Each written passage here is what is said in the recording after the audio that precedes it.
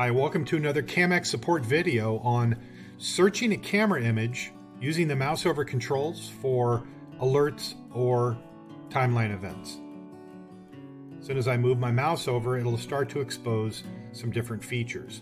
One of them is our bell icon. When it's green, it means there are alerts that have not been viewed yet. So I simply can scroll over these and view the alerts. I can click on any one and go right to that spot in time.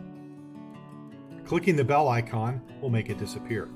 I also can go to a calendar to go to a specific time if I want.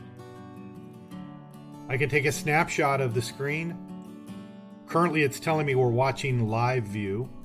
I have a 3-hour timeline at the bottom. By clicking on it, this allows me now to adjust. Maybe I need to go to 1 week. I want to update the timeline. Now as I move my mouse across the bottom, you can see the dates are changing and the times are changing.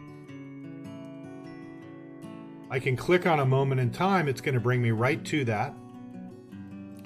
And now I can decide that I want to share or download the clip.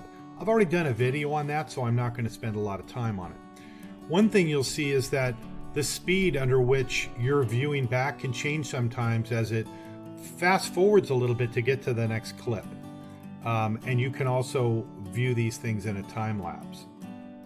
So if you click on this, you can change the speed under which you're viewing the clip. So just a little insight in how you can go through and use the mouse over tools to be able to view alerts. I can always click live and bring me right back to the live view.